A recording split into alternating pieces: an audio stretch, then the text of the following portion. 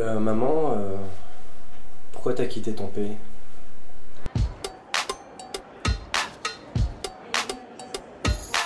Musstet ihr in Deutschland jetzt unter Vorurteilen leben oder unter Diskriminierung? Donc, est-ce que les contacts ont été aussi à l'origine de la venue? Würdest du heute gesehen was anders machen, vor allen Dingen vielleicht in der Erziehung?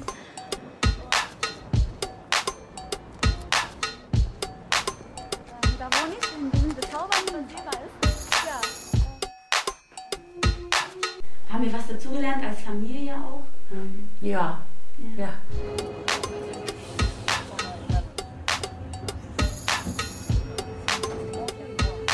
Et tu comptes y retourner un jour, y vivre? Bist du Deutsch geworden?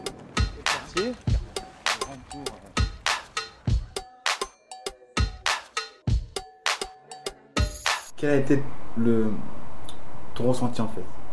Il n'y avait pas de fusil à gauche et à droite, il n'y avait pas de bruit d'armes lourdes qu'on entendait. De façon même que la première nuit, je n'ai pas dormi parce qu'il y avait un silence très lourd, très lourd. Pour tous les gosses jeunes décidés d'ici.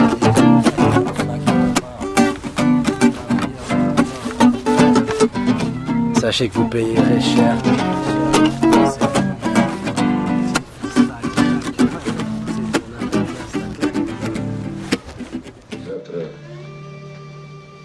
Нам поговорить не удастся. Народу будет много. Ты, Юра, если что не так... Фильм про казаков. Sur le казак. Фильм. Tu comprends quelque chose? Подними руку. Tu comprends pas? И опустись.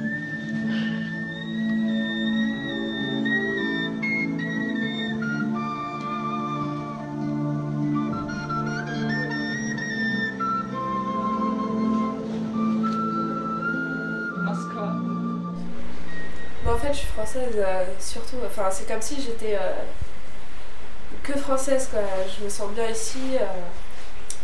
Je connais beaucoup de gens. Je parle français et tout. Enfin, je suis à l'aise, quoi, en France. Alors qu'en Russie, c'est pas pareil. C'est comme si c'était un peu d'étranger. Donc, en fait, je suis russe juste parce qu'il y a écrit sur mon passeport.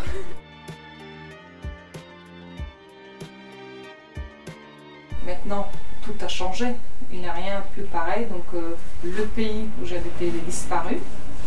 Même si géographiquement, il est toujours même, il existe, mais c'est plus le même pays. Donc, l'époque, il est disparu. Donc, il est révolu. C'est comme j'ai habité sur une autre planète. Et maintenant, je continue à vivre sur une autre. Mais c'est assez dérangeant. Ouais. C'est quoi tes souvenirs de ton premier jour en France? Tes souvenirs sensoriels? Mais sensoriels, il faisait très chaud. On ne peut pas dire ça maintenant. Hein.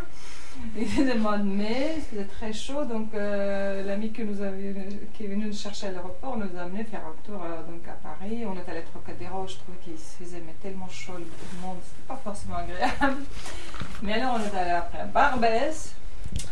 Et puisque j'étais habillée à mini-jupe, talons aiguilles, bien maquillée, je me suis fait siffler tout au long de l'heure. Je me demandais qu'est-ce que c'est que ça. En plus, tous c'était des Africains, il y a beaucoup d'Africains, beaucoup de Maghrébins. Je me disais, oh, ils sont tous comme ça en France. Enfin, j'étais très surprise parce qu'on n'avait pas l'habitude en Russie, en tout cas, avoir surtout des Africains. Mais vraiment, la rue Barbès, maintenant je sais qu'ils se concentraient, mais j'étais vraiment surprise. Et puis notre ami, il marchait 20 mètres derrière pour genre, je sais pas avec elle. Parce que je me suis fait siffler. Moi, je comprenais pas un mot ce qu'il disait parce que je parlais pas français. Donc, du coup, ça me touchait pas tellement, quoi. Donc j'ai rencontré papa à son anniversaire. Voilà. Comment il était? Il était réservé, un peu timide, beau, des beaux yeux.